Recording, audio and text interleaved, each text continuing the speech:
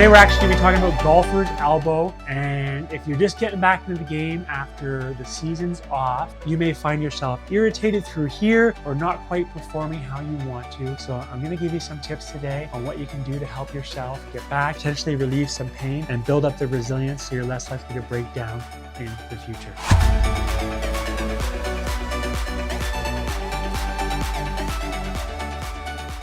So today I'm actually talking about golfer's elbow. And it's about that time of year again where many people are sharing with me they're picking up their golf game, they're getting back out on the course, they're driving more balls, and they may have been in situations where they weren't doing nearly as much volume with their forearms in terms of loading the muscles and tendons. And now all of a sudden, you guessed it, they're back out there and they're doing way more. Hi, I'm Dr. Matt Bradbury, family corrective chiropractor here in Georgetown, Ontario, Canada. And this is our practice, One Life Family Chiropractic. And today I'm actually going to share with you some tips if you're trying to make yourself more resilient and maybe you've been told or you think you may have golfer's elbow. Some tips that are really helpful in terms of building you up, making you more resilient, and keeping you playing that much longer. So I'm going to share with you a little bit about the anatomy, and oftentimes the muscles, the tendons get irritated. And as a result, if we overload things and we don't have enough resilience to carry that load, we may start to break down in the form of sprain, strain, and the process of healing in terms of inflammation, irritation, and all those tissues aren't working quite the way they should. And your body's using the language of pain to tell you to say, hey, let's redirect this course. You got to do some self-care to get yourself back on track. So I'm going to share a couple of things that you can do right now at the desk. And of course, if you're tuning in and watching this and you've been enjoying our content, please, I'd love to see more of you. Please consider subscribing and liking. And if you found it really useful and you know another fellow golfer, please take a moment to share it with them as well so that they can help build themselves up and keep up with you just as well. So first thing I'm going to share with you is how to help open up and loosen these areas. And oftentimes the golfer's elbow is more on this side of the forearm. So I'm going to teach you specifically some techniques on how to work on this side today, how to open you up. But I'm also going to teach you how to strengthen your forearm globally so that you're less likely to break down, because by doing the work behind the scenes, it's like the practice to help build you up for the game time. And the game time is when you're out there driving the balls and when you're on the course having fun with your friends. So what I want to share is actually consider that a lot of this all connects all through here, all the way down into your grip. So what I want you to think about is start working on both ends of the muscle. And what you're going to do is just start on this end. And let's say you're getting discomfort, pain all through your elbow. What I want you to focus on is actually just do one of these. So focus on, you'll see here I skin slack this way towards my fingertips. And what I do is I actually extend just like this. So what I'll do is I'll work on this end closer to the wrist, and then I'll actually work down as well. And I'll get into the belly of the muscle. You may find if you're in an active process and things are inflamed and irritated, you're gonna have to go with the idea that less is more.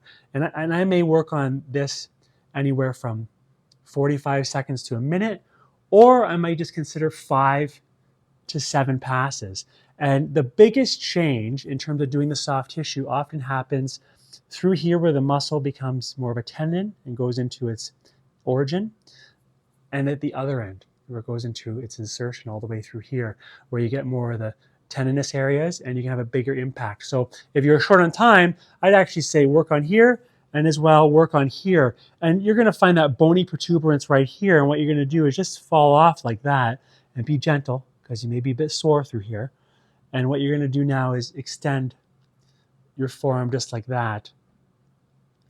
And it actually feels really nice. You may find that you go do 5 to 7 passes or work on it for 30 seconds, and it gets a little bit easier. So this is a really good idea. If you're at a desk job working, make sure you stand up while you're going to the water cooler. You can even do some self-care and work on your forearm. Now this is actually a handy little tool that you can hold on to. And it's just a lacrosse ball. You get a soft tissue ball at your local sporting goods store. And what you can do is actually find a hard surface and apply some pressure downward. Now you're going to notice that I spend a lot of time again in the area where the muscle becomes a tendon and goes into its origin. So I find the bony protuberance. You're not going to want to go on the bone part because it's probably going to be uncomfortable. So fall off the bony part. And what you're going to do is just like this, you can apply some pressure and you can actually work your way up. But start with right off the bony protuberance. And you may find you're really stiff and sore. You can extend your elbow. And now what I'm going to do is extend my fingertips as well. And what I'll do is I'll flex my hand and extend my hand. And you're really getting in there, breaking up those areas of potentially any scar tissue, getting some things moving. And what you're really thinking about is those surfaces, think about them as they've gotten glued together and stuck, and they're not moving as well. And they've been deconditioned over the winter. If you haven't been golfing as much or been as active, then we got some room for improvement. So you're literally working on these areas, loosening them up and thinking about all those surfaces are glued.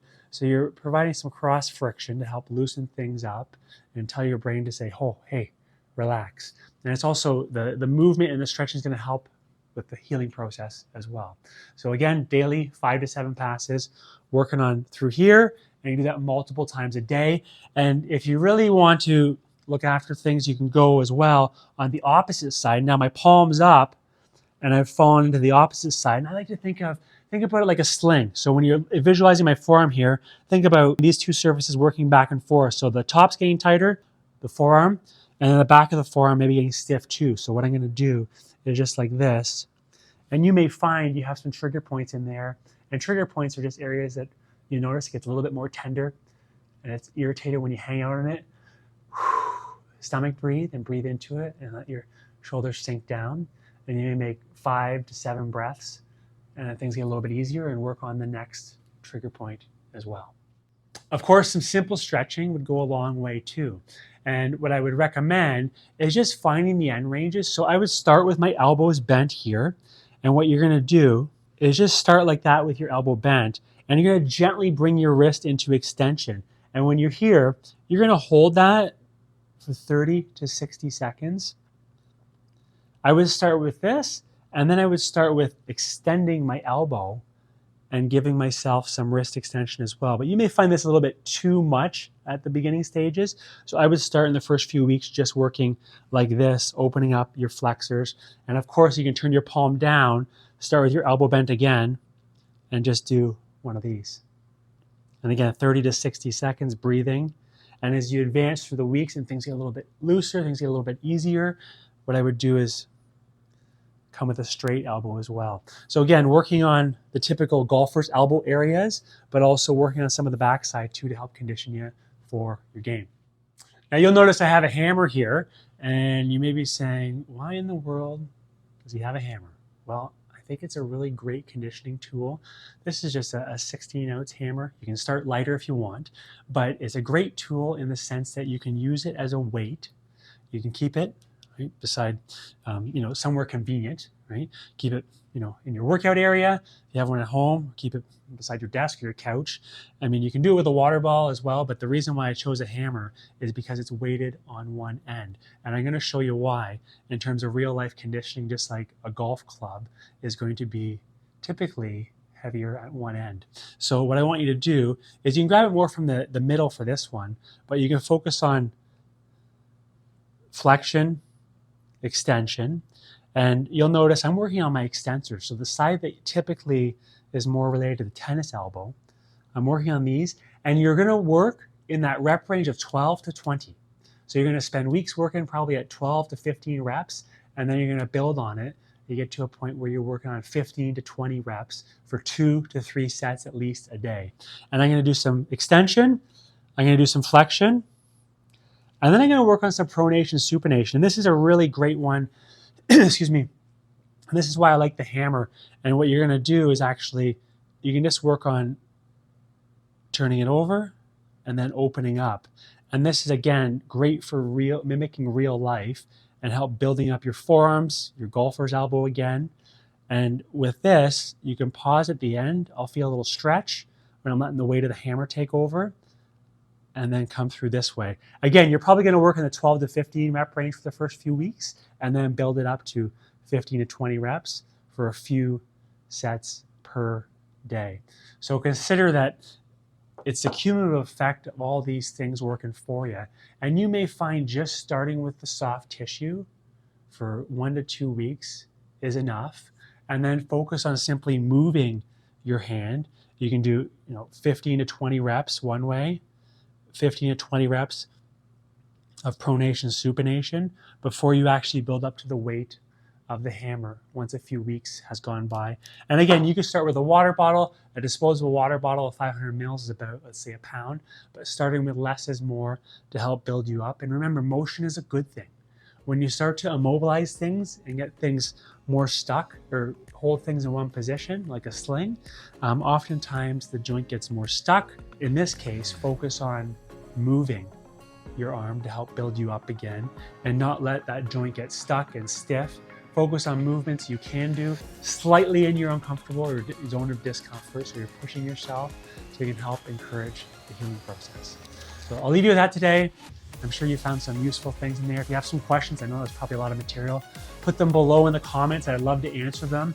And of course, it's all connected. I'll see many people that may be talking about their golfer's elbow, but in terms of helping them heal and function at their best, as a family corrective chiropractor, the first place I'm going to be looking is at their spine and their nervous system to know how their spine's moving, functioning, but also whether or not the nerves may be irritated, which help with the function, help with the healing, and help you work at your best. And guess what? The nerves at the base of the neck go all the way down here. And even mechanically, when you think about it, if you're starting to break down here, oftentimes it may chase you to the wrist, the shoulder, which is connected to the traps, the neck, and all the way up to the neck and the head. So consider the health of your spine and nervous system. I see many people with golfer's elbow and help them coordinate their golf game. May help them coordinate their golf game better and get more out of life and help with the healing process. So thanks so much for tuning in today. I appreciate you. And of course, as I shared earlier in the video, I got a big mission in terms of helping people understand their health more. They need more function to be healthier, and their spine and nervous system is vital. And I want people to have the best opportunity to get more out of their bodies. So please take a moment. My mission is big beyond our four walls. I cannot do it alone. So if you take a moment, please share our video. And of course, subscribe to our channel so we can interact again. I appreciate you and thank you very much. Talk to you soon. Bye for now.